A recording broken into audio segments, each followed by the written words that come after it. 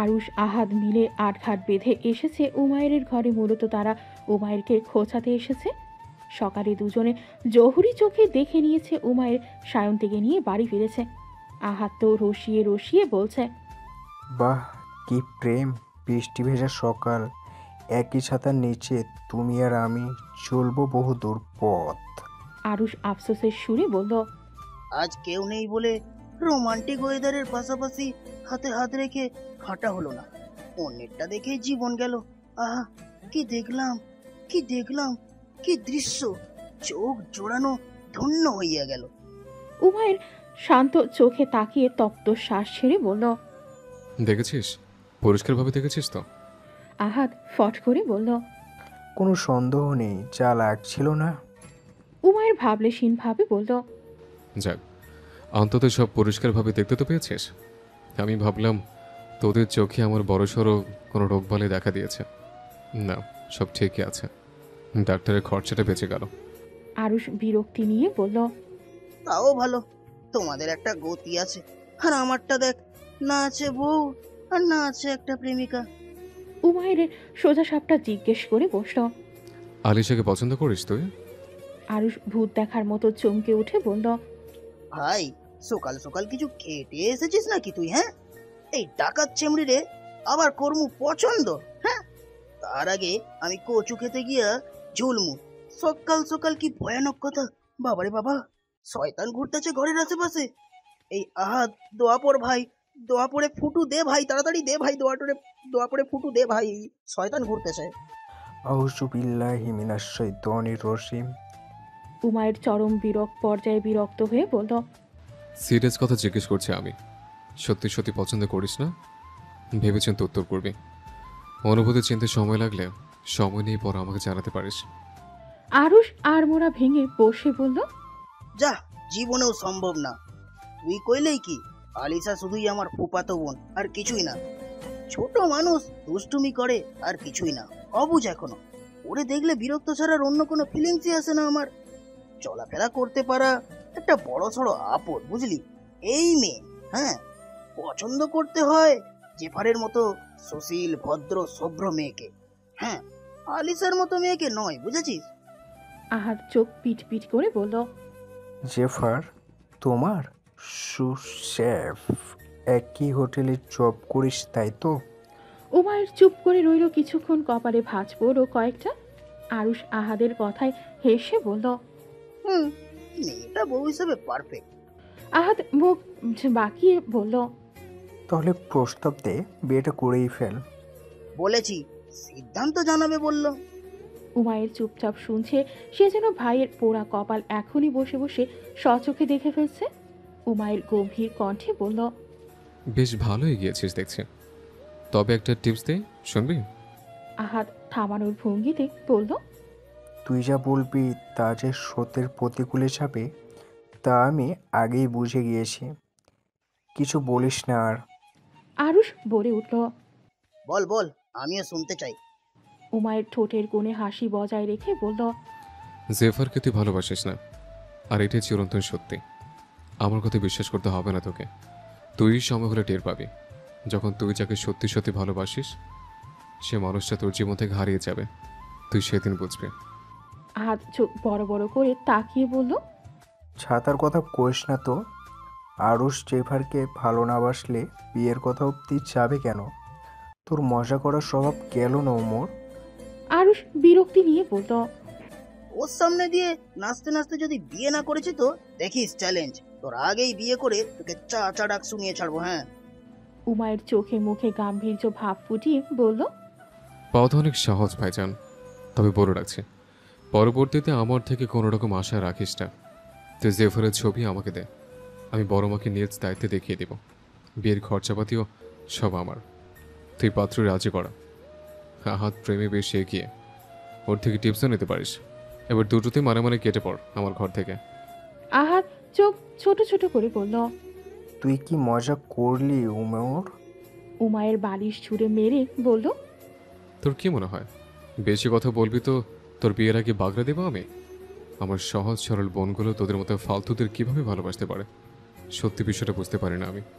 আরুষ বলে উঠল, এই এই এই এক মিনিট এক মিনিট এক মিনিট, বোনগুলা বলতে কি বুঝাতে চাইলি ও মায়ের? হ্যাঁ, প্রেম তো করে একা আলী আহাদ সাহ, আরেকজনটাকে? হুম হুম। উমায়ের উত্তর না দিয়ে শীষ বাজাতে বাজাতে ওয়াশরুমে চলে গেল।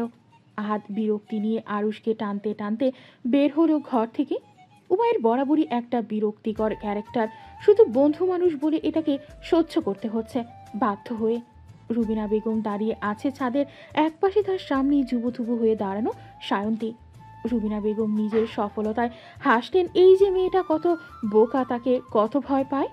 নিজেই নিজের পিঠ চাপড়ে বাহবা দিলেন মনে মনে। রুবিনা বেগম হঠাৎ সায়ন্তীর কাঁধ সমান চুলগুলো টেনে ধরে বলল, আমার ভাইয়ের ছেলের সাথে ফষ্টি নষ্টি করতে লজ্জা করে না? ফকিন্নি হয়ে আমার মেজো ভাইয়ের একমাত্র পোলাটাকে হাত করতে চাস? তোরে তো আমি। সায়ন্তী বলে উঠল, ছাড়ুন, আমার লাগছে আন্টি। উমায়ের সাথে আমার কিচ্ছু নেই, উনি আমাদের আনতে গিয়েছিলেন তাই ওনার সাথে এসেছি।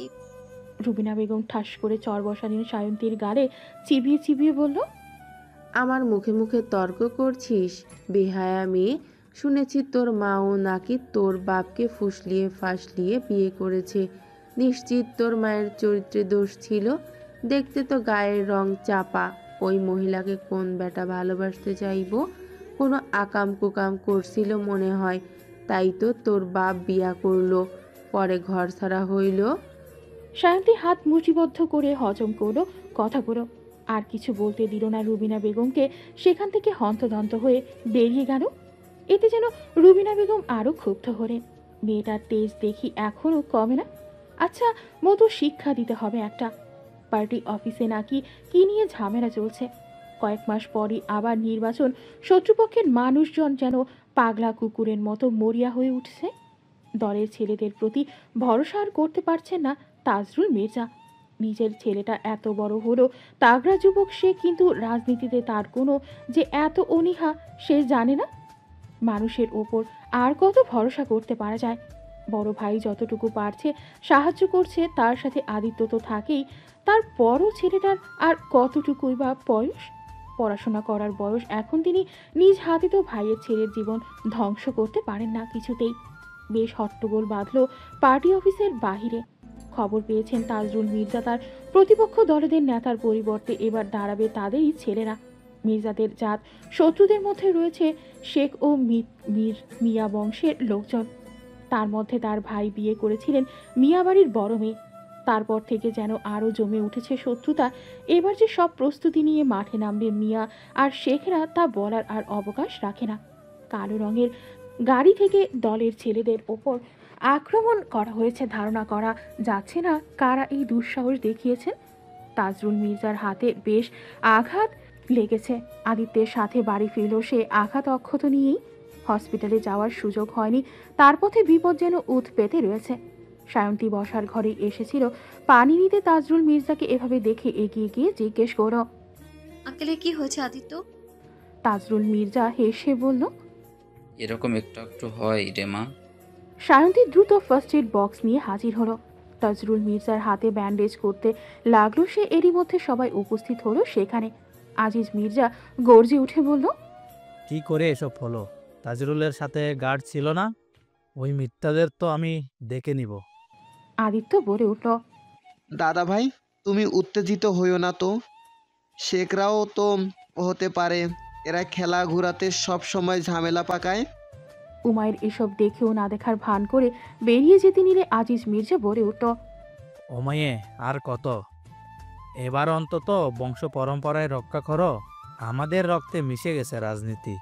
আহান ব্যবসা সামলাচ্ছে, তুই এবার তোর বাবার সাথে যোগ দে। সাথে আদিত্য তো আছেই, আরুষও না হয় দরকারে সাহায্য করবে। উমায়ের মুখের ওপর বলে দিল, এসব ফালতু কাজে আমার কোনো ইন্টারেস্ট নেই, অন্য কাউকে দেখো। উমায়ের বেরিয়ে গেল। তাজরুল মির্জার রাগে হিস হিসিয়ে বললেন, বৌমা খুঁজে আনবো আমি, যে আমার হয়ে লড়বে, আমার গর্বের কারণ হবে। আর তোর মতো তেন্দরকে চটকিয়ে সিধে করে ছাড়বে।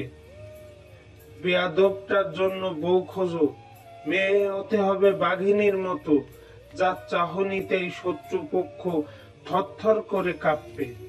মির্জাবাড়ির যোগ্য বউ যেন হয়ে জেদি তেজি তীব্র সাহসী কোন রমণী খোঁজো আতিকা, তোমার ছেলেকে ধরে বেঁধে হলে বিয়ে করাবো আমি, এটাই আমার শেষ কথা।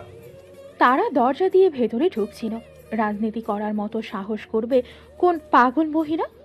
উমায়ের ভাইকে বিয়ে দিবে মানে তাহলে তার কি হবে? বউ হবে নরম, শান্ত, ভদ্র স্বভাবের। মামার আবার এটা কেমন ইচ্ছে বাড়ির জন্য এমন বউকে খুঁজে মামির ব্রেনটা ওয়াশ করার একটা চেষ্টা চালাতে হবে। না হয় যে ওর আজীবনের জন্য উমায়েরকে পাওয়ার স্বপ্ন স্বপ্নই থেকে যাবে। আরুষ বিড় করে বলল, ওলা যেখানে বউ নিজেই সিলেক্ট করে রেখেছে, তাও আবার নরম পুতুলের মতো মেয়ে, যাকে অন্য একজন মেরে চলে গেলেও কিচ্ছুটি বলে না, সে নাকি হবে আবার বাঘিনী। আরে বাঘের নাম শুনলেই না মেয়েটা আবার ভিমড়ি খায়। হুমায়ুনের বাপ তো ভিলেনের মতো ওর প্রেমে বাঁ হাত ঢুকাই দিচ্ছে। আজকে খবরটা দিতে হবে, বুঝলি? পরিবেশ তখনকার মতো কিছুটা শান্ত হয়েছে। বিকেল নেমেছে ধরায় বাহিরে বাগানে হাঁটছিল মেয়েরা সবাই। আতিকা বেগম সায়ন্তীকে ডেকে বলল, এই চুলে তেল পানি কিছু কি দিস না তুই? আয় এদিকে তেল লাগিয়ে দে। সায়ন্তী না করতে পারল না, মানুষটা তাকে মেয়ের মতোই ভালোবাসতে চায়, তাই সে তো ও তেমন কিছু বলেনি। যদি কষ্ট পায় তখন? সায়ন্তী এগিয়ে গেল তার দিকে। আতিকা বেগম হাঁস ছাড়লেন। জরিনা, নারিকেল তেল দিয়ে যা তো বাটিতে করে। মেরিনা বেগম সন্তুষ্ট চোখে তাকালেন আতিকা বেগমের দিকে। মনে মনে ভাবলেন অন্য এক চিন্তা। আতিমা বেগমের মতো শাশুড়ি হলে মেয়েটার দুঃখ অনেকটাই কমবে। উমায়েরও তো ছেলে হিসেবে মন্দ নয়, কথাটা ভাই ভাবির কানে তুললে মন্দ হয় না। আতিকা বেগম সায়ন্তীর ওড়না সরিয়ে এক প্রকার আতকে উঠলেন, জানো তোর চুল তো হাঁটু অব্দি লম্বা ছিল রে অন্তি, কাঁধ পর্যন্ত হলো কি করে? সায়ন্তী অবাক হয়ে বলল, তুমি কি করে জানলে মামুনি? আতিকা বেগম আমতা করে বলল, আলিশা বলেছিল একবার তার বান্ধবীর চুল নাকি অনেক বড়। সায়ন্তী লম্বা শ্বাস টেনে বলল, ওই আসলে মামুনি লম্বা চুল সামলাতে কষ্ট হচ্ছিল, আর এখন ট্রেন্ডও চলছে ছোট চুলের, তাই কেটে ফেলেছি। আতিকা বেগম করুণ চোখে চুলগুলোর দিকে তাকিয়ে মনে মনে ছেলের কথা ভাবলেন। একবার ছেলেটা সেই 4 বছর আগে এসে বলেছিল, জানো মা, এক পিচ্ছি কেশবতীর প্রেমে পড়েছে আমি। তোমার ছেলে যদি তাকে বিয়ে করতে চায়, তুমি আপত্তি করবে না তো? আতিকা বেগম সায়ন্তীর চুলে তেল লাগিয়ে দিয়ে উঠলেন। মনটাই খারাপ হয়ে গেল তার। কেন যেন বিশ্বাসও হচ্ছে না মেয়েটার কথা। এত বড় চুল কাটতে মায়া লাগলো না মেয়েটার? পাশে দাঁড়িয়ে থাকা আরও দুজোড়া চোখ বেশি বিস্মিত হলো এতে। আলিশা নিজের চোখে বিশ্বাস করতে পারল না। কয়েকদিন আগেও তো চুলগুলো বড় ছিল। যে মেয়ে খেলা ছাড়তে রাজি হয়েছিল তবুও চুল কাটতে নারাজ, সে কিনা সামলাতে পারে না বলে কেটে ফেললো হঠাৎ। উমায়ের রাগে কাঁপছে। ট্রেন্ড চুল কেটে ফেলা, সাহস বেড়েছে এত মেয়েটার। মনটা তো চায় থাপ্পড় মেরে মেরে গাল লাল করে দিতে। একবার শুধু সুযোগটা আসুক, সব বাদরামি ছুড়িয়ে ছাড়বে সে। আদিত্য হন্তদন্ত হয়ে আসলো সায়ন্তীর ঘরে। রাত তখন 9টার উপরে বাজে। মিঠি, মেহনাজ, আলিশা, সুপ্রভাও আছে সেখানে। আদিত্য তড়িঘড়ি করে বলল, একটা বড় ধামাকা নিউজ পেয়েছি, ভাঙ্গারি দলের সদস্যরা। আলিশা নাক কান খাড়া করে বসে বলল, তাড়াতাড়ি বলে ফেল ভাই, আমার তো আর তর সইছে না। আরুষ ভাই তো কাম ঘটিয়ে ফেলেছে। মিঠি নড়ে চড়ে বসে বলল, ছাগলটা আবার কি আকাম সেরেছে? আদিত্য আয়সী ভঙ্গিতে বসে বলল, জেফার নামক এক রমণীকে মন দিয়েছে, আবার নাকি প্রপোজালও দিয়েছে। এবার সেই মেয়ে রাজি হলেই সোজা বিয়ের পিড়িতে। খবরটা নিজ কানে শুনেছি। কতদিন পর আবার একটা বিয়ে খাবো। আলিশার মুখটা ফাঁকা বেলুনের মতো চুপসে গেল। সায়ন্তী আলিশার চোখাচোখি হলো। সায়ন্তী ওকে ইশারা করলো স্বাভাবিক থাকার জন্য। সুপ্রভা আর মেহনাজ জোরে জোরে কেসে উঠল। মেহনাজ বলে উঠল, দেবরজি, ডুবে ডুবে জল খাওয়ার আমাদের বলো না পর্যন্ত। ট্রিট দেওয়ার ভয়ে বুঝলা দিত চেপে ধরতে হবে শেফ সাহেবকে। কোথায় পালাই এবার আমরাও দেখব। মিঠি বলে উঠল। একদম সকালে বেটাকে আচ্ছা মতো টাইট দিতে হবে। সায়ন্তীর মোবাইলটা বেজে উঠল। তখনই সায়ন্তী দেখল আননোন নাম্বার। কল রিসিভ করে যথেষ্ট শান্ত কণ্ঠে বলল, কে বলছেন? আমি হৃদয় বলছি অন্তি, তোমার ক্লাসমেট। কোনো দরকার? কলেজে আসছো না যে? আমার ইচ্ছে। একটা কথা বলার ছিল অন্তি। সায়ন্তী বিরক্তি মাখা কণ্ঠে বলল, কি কথা? আই লাভ ইউ অন্তি, আমি তোমাকে ভীষণ ভালোবাসি। আমি তোমার নাম্বারটা বহু কষ্টে জোগাড় করে কল করেছি। কলেজে বলতে চেয়েও পারিনি। তোমাকে না দেখে আমার তো দিনই ভালোই কাটছে না। সায়ন্তী আলিশার দিকে তাকিয়ে তিরিক্ষি মেজাজে কঠিন কণ্ঠে জিজ্ঞেস করল, এই ছাগলের 3 নাম্বার বাচ্চাটা আমার মোবাইল নাম্বার কই পেল? হৃদয় ফোনের ওপাশ থেকে বলে উঠল, তুমি আমাকে এভাবে বলতে পারো না। সায়ন্তী রেগে মেগে আগুন। এই চুপ কর তো। তোরে কি এখন আমি মাথায় তুলে নাচবো? শালা গাঞ্জাখোর বাবাখোরের চেলা। বাই। আলিশা তড়িঘড়ি করে বলল, দোস্ত কন্ট্রোল, এটা বাসা। সায়ন্তী চোখ বন্ধ করে শ্বাস ছেড়ে বলল, হৃদয় তোর কপাল বহুত ভালো রে। যদি আমার সামনে এসব কথা বলতি না, এসে তোরে থাপড়ায় কান চাপা ধরায় ফেলাইতাম আমি। ভালোবাসা মারো তুমি না? সত্যিকারের ভালোবাসা তুই কচু খেতে যায় বিসর্জন দে। ফার্দার যদি আমায় কল করার মতো দুঃসাহস দেখিয়েছিস তো তোর বাসায় এসে ভালোবাসা ব্লেড করে তোরই দান করে যাবো আমি।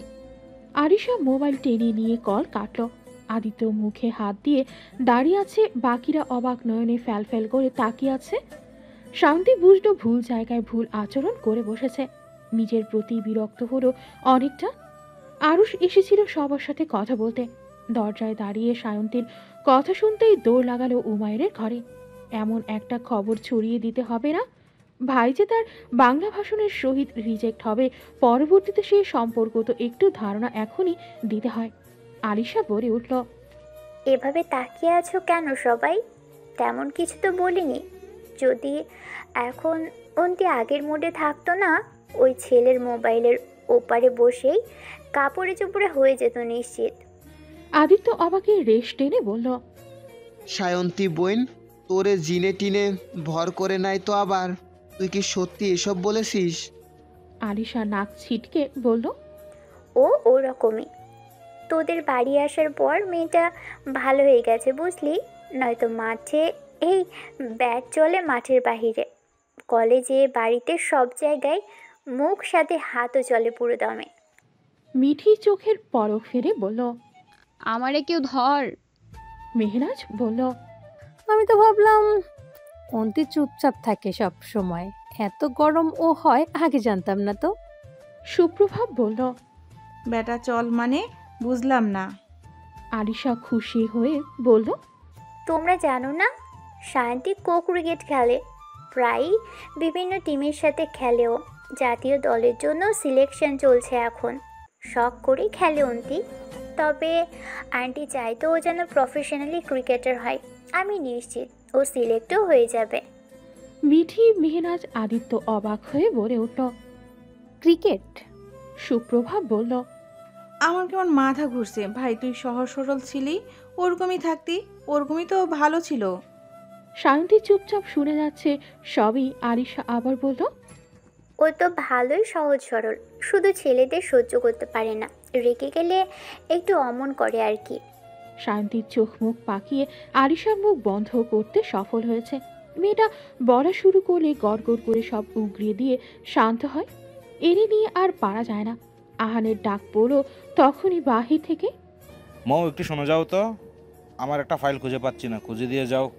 সুপ্রভা, মিঠি, আলিশা মিলে মিটিমিটি হেসে মেহরাজকে লজ্জায় ফেলতে ব্যস্ত হলো। এতটুকুতেই মেয়েটা কত লজ্জা পায় শুধু নিশ্চুপ সায়ন্তী। তার কোনো কেন যেন মনে হয় ভাইয়া ভাবির মধ্যে কিছু ঠিক নেই, কিছু তো একটা আছে যা এরা লুকাচ্ছে। একদিন তো দেখলো ও নিচে সিঙ্গেল ম্যাট্রেস, তার উপর ঘুমাচ্ছে মেহরাজ। খাটে হয়তো আহার নিজের ভাবনায় বরাবরই বিরক্ত সায়ন্তী। বেশি ভাবে হয়তো সে। সবসময় মনে ফালতু সব সন্দেহ এসে জড়ো হয়। মেহরাজ ঘরে গিয়ে বসলো খাটে। আহান ঠাস করে দরজা লাগিয়ে এসে কিছু বলতে যাবে, তখনই মোবাইলটা বেজে উঠল।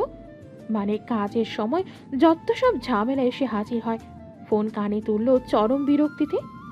বলো নিপা। অপর পাশের ব্যক্তির কথা তো শোনা গেল না, তবে মেহনাজ মনে মনে রাগে ফাটলো। মেয়েরই চক্করও আছে বেটা বধ। অফিসিয়াল আলাপ আলোচনা আমি বাড়িতে বসে করি না নিপা। তোকে চাকরিতে নিয়োগ করার সময় সব জানিয়েছি। আর ব্যক্তিগত প্রশ্ন পছন্দ না আমার। অফিসে নতুন জয়েন করেছিস, নিয়মিতগুলো জেনে নিস। আমি সিঙ্গেল আছি নাকি বিবাহিত।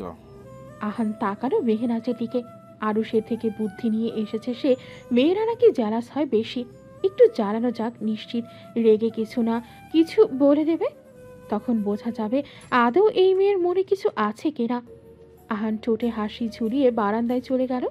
মেহনাজকে শুনিয়ে শুনিয়ে বলল, কফি ডেটে চল নিপা, কতদিন পর আমাদের দেখা, সেখানে না হয় সব বলবো। মেহনাজ ঘরে দাঁড়িয়ে শুনল সব। কফি ডেটে না গিয়ে নীল বেশ খাওয়ার ডেটে গেলেও তো পারে নাকি? এতগুলো দিন অবহেলা করলো, এখন এসে আবার অন্য মেয়েকে নিয়ে ডেটে যাওয়া বের করছি। আহান মোবাইলের দিকে তাকিয়ে হাসল। কল তো কেটেছে সেই কখন। এতক্ষণ যা যা হলো সব তো নাটক। মেহনাজ রেগে মেগে বেরিয়ে গেল ঘর থেকে। গিয়ে ঢুকলো আবার সায়ন্তীর ঘরে। তখন উপস্থিত আলিশা, আদিত্য, সায়ন্তী। বড় দুই বোন নেই দেখে স্বস্তি পেল মেহনাজ। কাঁদো কাঁদো ফেস নিয়ে বিরস মুখে বলল, দেবর এবং ননদগণ, আপনাদের সাহায্য প্রার্থী আমাদের ভাবি যদি একটু হেল্প করতেন। আদিত্য চোখ বড় বড় করে তাকালো। সায়ন্তী বলল, ভাইয়া আর তোমার মাঝে কিছু ঠিক নেই তাই না ভাবি? মেহনাজ থতমত খেয়ে গেল। কিছুটা ভাবলো আর লুকিয়ে লাভ নেই, এরা তিনজন কথা পাঁচ গান করার লোকটা। মেহনাজ বিয়ে থেকে শুরু করে এই অবধি সব কাহিনী ওদের বলে দিল। আলিশা তো মুখে হাত দিয়ে পড়ে উঠল, ইয়া মাবুদ, ভাইয়ের মনে মনে এই ছিল। আদিত্য বলে উঠল, আমি তো ভাইয়াকে দেখে ভাবতাম বিয়ে করলে সবাই অসুখী হয় না, মানে বউয়ের হাতে মার খায় না আর কি। সেসব ভেবেই তো অ্যারেঞ্জ ম্যারেজ করতে চাইছিলাম মনে মনে। সায়ন্তী বলে উঠল, নো টেনশন ভাবি, আমরা ভাঙাচোরা টিম তোমার সাথে আছি। ভাইয়ার ওই প্রেমিকার পিন্ডি চটকে দিবা একেবারে। ওদের ডেট করা বের করছি, দাঁড়াও আমরাও যাব। গিয়ে দেখি কোন ঝাঁকানাকা মর্জি না আসে আমাদের ভাইকে হাত করতে। শুধু তোমাকে একটু অভিনয় করতে হবে, সহজ সরল না হয়ে একটু বেশি কঠিন হতে হবে ভাইয়ার প্রতি। দেখবে পরে সুসুর করে সোজা পথে চলে আসবে আর সারাদিন শুধু মৌ মৌ করে চিল্লাবে। আদিত্য বলে উঠল, প্রেম সম্পর্কে তোমার ধারণা তো দেখি বিশাল। কয়েকটা প্রেম করেছিস বইন? আরিশা বলে উঠল, ওইসব ভণ্ডামি করেই কুল পায় না, আবার করবে প্রেম? ভাঙাতে এক্সপার্ট বলতে পারিস। ভাবি, তুমি নিশ্চয় করবে না। যাও রুমে গিয়ে নাকে সরিষার তেল দিয়ে ঘুমো। কি যেন নাম বললে? নিপা? ওই নাপা সিরাপকে তো তুলে ধরে পচে ডুবাই ফেলবো। আদিত্য বলল, ভাইয়া এত বড় অবিচারটা করতে পারলো? ভাবি তুমি যাও, তোমার দেবর তোমার পাশে আছে। দরকার পড়লে দলের সব ছেলেকে ডেকে এনে ওই মেয়েকে গুম করে দিব। শান্তি পড়ে উঠল, ভাইয়াকে প্রেম ভালোবাসার অ্যান্টিবায়োটিক খাওয়াতে হবে, আর সেটা তুমিই পারবে ভাবি। মেহনাজ মুখ ছোট করে বলল, আমার এত সাহস নেই। তোমার ভাই একটা বেরসিক পানসে মানুষ। আরিশা বলে উঠল, পারবে না মানে? তাহলে সতীনকে বরণ কি করে করবে সে চিন্তা করো। মেহনাজ তড়িঘড়ি করে বলল, না না, পারবো পারবো, তোমরা যা বলবে তাই করবো। তবেও সতীন টতীন নিয়ে সংসার করতে পারবো না। সায়ন্তী, আদিত্য, আরিশা, মেহরাজ মিলে মাথা এক জায়গায় এক প্ল্যান করে ফেলল। ওদের ফুসুর ফাসুর করার মাঝেই দরজায় ওমায়ের ভারী কি কণ্ঠ শোনা গেল, ইবলিশের দল, কি আকাম ঘটনা পাতরা করছিস? মেহরাজ ফিছলে হেসে বলল, ভাই আপনি, কোনো দরকার? উমায়ের বলল, সায়ন্তী, তোমার মোবাইলটা দাও তো। সায়ন্তী ভ্রু কুচকে বলল, কেন? তোমার বাবা বলল দিতে, একজনের নাম্বার নেওয়ার ছিল। সায়ন্তীর রাগ চাপল।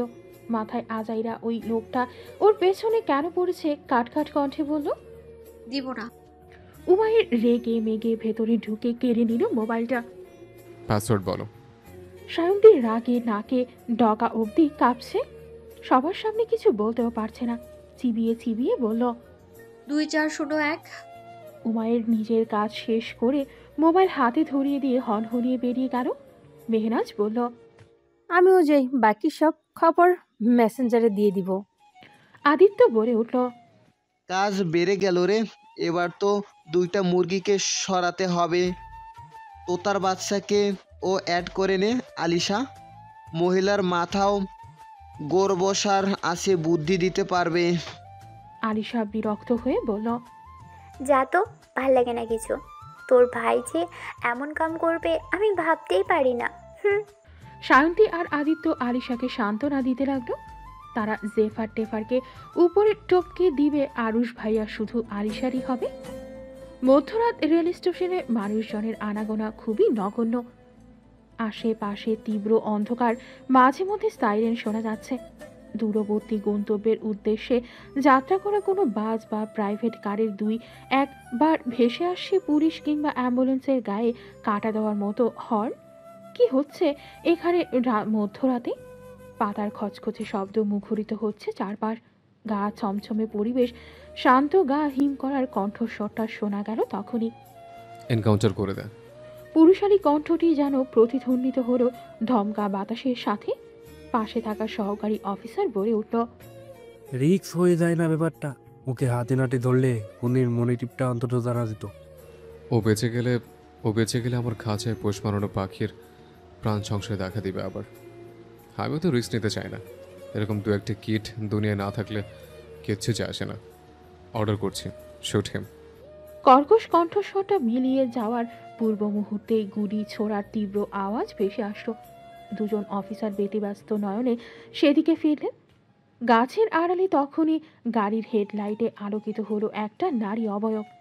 আলো আধারির এই খেলায় মুখ দেখা বড় দায়, কিন্তু কে কে এসে এভাবে বাঘের মুখ থেকে শিকার ছিনিয়ে নেওয়ার সাহস রাখে? এগিয়ে গেল ছদ্মবেশী সেই 2 অফিসার। ততক্ষণে ভেসে উঠল সেই নারী অবয়বের জেদ, ক্রোধে জ্বলে ওঠা আখি জোড়া। প্রতিশোধের আগুনে যেন সবকিছু ভস্ম করে দেওয়ার পায়তারা করছে সে। তার নাগাল পাওয়া কি এত সোজা? মনে হয় আটঘাট বেঁধেই এসেছে এই পাক্কা কেলারি। মুহূর্তেই চোখের আড়াল হয়ে গেল সে তরুণ অফিসার রাগে হিসিয়ে উঠে গাছে থাবা বসালেন। হার মানতে শেখেনি সে। কে কে এই নারী? পরপর 2বার 2জন অপরাধীর এনকাউন্টার করার সিদ্ধান্তে যখনই উপনীত হয়েছে তারা, তখনই সন্তর্পণে কে এসে সে কাজটা করে চলে যাচ্ছে? কার এত বড় বুকের পাঠা? একটা মেয়ে মানুষ মাঝরাতে ভয় করছে না তার? কে এই অগ্নি নয়নী? অফিসারের তেজি কণ্ঠস্বর, লাশ পোস্টমর্টমের ব্যবস্থা কর গোপনে। আমি জানতে চাই কোন পিস্তল থেকে গুলি করা হয়েছে। মাটি খুঁড়ে হলেও বের করে আনবো। আমি ওই মেয়েকে, আমার খেলায় আমাকেই মার দেওয়ার মতো কার জন্ম হয়েছে পৃথিবীতে আমি দেখতে চাই। সায়ন্তীকে এত রাতে ঘরের দরজা খুলে ভেতরে ঢুকতে দেখে ভ্রু কুচকে তাকিয়ে রইল আলিশা। সন্ধিহান কণ্ঠে জিজ্ঞেস করে উঠল, কোথায় ছিলি তুই? আমার উপর কি কি এগুলো? রক্ত? ভয় পেয়ে ভীত কণ্ঠে মৃদু চেঁচিয়ে উঠল আলিশা। সায়ন্তী চুপচাপ রইল কিছুক্ষণ, তারপর ধীরে সুস্থে বলল, ভয় পাচ্ছিস কেন? ছাদে গিয়েছিলাম, ঘুম আসছিল না তাই। টবে উষ্টা খেয়ে পড়েছি, টব ভেঙে যা তা অবস্থা। তারই একটা অংশ লেগে কেটেছে পেটের এক অংশ। আলিশা রাগ দেখিয়ে বলল, ঢং করো তুমি? রাতের বেলা দেবদাস হইতে গেছিলে ছাদে? তোর বাপের 2 নম্বর বউয়ের এত বড় স্পর্ধা হয় কি করে তোর গায়ে হাত তোলার? আর তুই সত্যি সত্যি এতটা বদলে গেছিস রে দোস্ত অন্তি। অন্যায়ের বিরুদ্ধে প্রতিবাদ করে আগের অন্তি, এখন নিজের জুলুমের শিকার ঠিক মানতে পারছি না আমি। তোকে চর মারলো আর তুই কিনা সহজ সরল ভুক্তভোগী নারীর মতো চুপ করে গেলি। মহিলাকে গ্রিন ফ্ল্যাগ ধরিয়ে দিয়ে আসতি যাতে আরও এসব করার সুযোগ পাই। আন্টিকে নিয়ে এত কথা বললো, কিচ্ছু বলি না। লাইক সিরিয়াসলি আমি তোকে চিনতে পারছি না। কে তুই? আমার চেনা অন্তি তো এমন নয়। শান্ত বিচ্ছিরি গালি ছুঁল একটা কণ্ঠে, তখনও তীব্র রাগ তার। এ বাস্টার্ড, জিপ টেরে যদি আমি না ছিড়ি, আমি আমার মায়ের পেট থেকে জন্মাইনি। তোর মতো 2 টাকার রুবি না। কোন কচু তাকে অন্তিকে ভয় পায়? সময় হোক, ডানা ছেটে পঙ্গু বানিয়ে না বিছানায়ও না, সোজা জ্যান্ত কবর দিব। অন্তি ভালো মেয়ে না আলিশা, তোর থেকে ভালো আর কে চেনে তাকে? অন্তি নিজেই রেড ফ্ল্যাগ, অন্যকে গ্রিন সিগন্যাল দিবে। হাস্যকর না?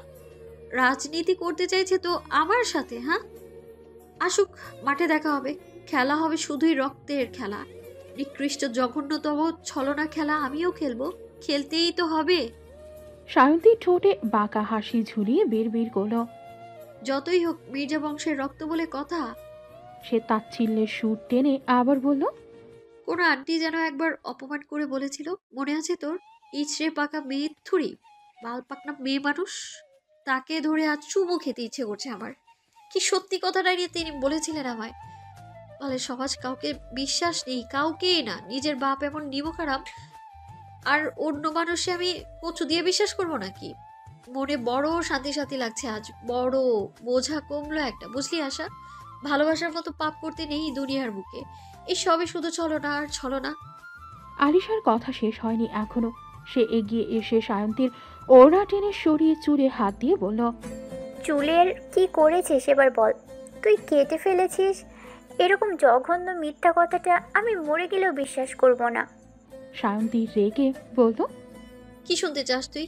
সত্যি সহ্য করতে পারবি তুই শুনলে? আলিশার নাজুক মনের বরাবরই ইমোশনাল মেয়েটা কিছু না হলে হাত পা ছেড়ে দিয়ে কাঁদতে বসে। ওই মহিলার বর্বরতার কাহিনী শুনলে মেয়েটা কষ্ট পাবে, তাই সায়ন্তী বলতে চায় না ওসব। আলিশা নাছর বান্দা, সে শুনেই ছাড়বে। সায়ন্তী হাল ছেড়ে দিয়ে বিছানায় বসলো। আলিশাকে টেনে পাশে বসিয়ে বলল, যদি বলি আন্টি, তোর আন্টি মানে রুবিনা বেগম হিংসে করে রাগে আমার এত যত্নে গড়া সাধের চুলগুলোতে আগুন দিয়েছে। আমাকে আগুন লাগিয়ে প্রায় মারতে চেয়েছিল রাগের বসে, তুই বিশ্বাস করবি? আলিশা ছিটকে দূরে সরে গেল। আতঙ্কে কাঁপা কাঁপা কণ্ঠে বলল, কি বলছিস এসব? আন্টি এতটা নিচে নেমে গেছে? সায়ন্তী তপ্ত শ্বাস ছেড়ে বলল, ওই দিন কোনো রকম বাকি চুলগুলো বাঁচিয়েছি। আগাতে আগুনের তাপ লাগায় নিচের দিকে সব চুলই নষ্ট হয়ে যায়, বাধ্য হয়ে কেটেছি। আর কিছু জিজ্ঞেস করিস না, এখন ঘুমোবো আমি। আলিশা অশ্রুসিক্ত নয়নে তাকিয়ে রইল সায়ন্তীর দিকে। কি করে একটা মানুষ এতটা নির্দয় হতে পারে? যদি সায়ন্তীর কিছু হয়ে যেত, কষ্টে হৃদয়টা ভঙ্গুর হয়ে আসতো তার। বন্ধু তো, বন্ধুর কষ্ট অন্য বন্ধু বুঝতে পারবে না, এ কি করে হয়? ছাদে ভাঙা টপটা দেখে লম্বা শ্বাস টানলো অন্ধকারে দাঁড়িয়ে থাকা ব্যক্তি। সে কিনা কি সব ভাবছিল। সায়ন্তী রাগী হতে পারে, সাহসীও বটে, তা তো নিজের গণ্ডির ভেতরে। মেয়েটার অত সাহস হবে না। কি ভুলভাল চিন্তাই সে করেছিল। কিন্তু মেয়েটার বলা পরবর্তী কাহিনী শুনে ওর মাথায় এখনো রাগের দাপটে দপদপ করে অগ্নিশিখা জ্বলছে। জ্বলে উঠছে হেডলাইটের আলো। কালো মার্সিডিসটার সাথে হেলান দিয়ে দাঁড়ানো এক শ্যামবর্ণের পুরুষ। ঠোঁটের কোণে অদ্ভুত হাসি, কালো শার্টের হাতা গুটিয়ে রেখেছে, চুলগুলো এলোমেলো। বুকে দু হাত গুজে দিয়ে আকাশের দিকে তাকিয়ে বলল, তোমাকে আমি পেয়ে গেছি সোনালো। তোমাকে তো খুঁজেছিলাম ধ্বংস করে দিতে, সেই তোমাকে আমার হৃদয় গ্রহণ করে বসলো। কি অদ্ভুত না বিষয়টা? তোমাকে বরবাদ করতে চাইলাম, সে তুমি কিনা আমার বরবাদের কারণ হয়ে বসলে। সোনালি ফুলের সোনার অঙ্গ সাজিবে শুধু আমার রঙকে। তোমাকে তো আমার চাই শোনাই। মির্জারা যদি মিয়া বংশের সম্মান কেড়ে নিতে পারে, তাদের ঘরের সন্তানকে রাস্তায় দাঁড়িয়ে দিতে পারে, তবে আমিও পারবো তাদের বাড়ির সম্মানকে নিজের সম্মান হিসেবে জায়গা দিতে। তাদের থেকে সারা জীবনের জন্য তোমাকে কেড়ে নিয়ে নিজের কাছে বন্দিনী করে রেখে দিতে। এদিকে তাদের শান্তিপূর্ণ হবে না? এক ঢিলে দুই পাখি শিকার করাটা মোটেও সহজ কাজ নয়। তুমি প্রস্তুত হসো না? আমার সাথে তোমার দেখা হোক। আমি চাই খুব দ্রুতই দেখা হোক।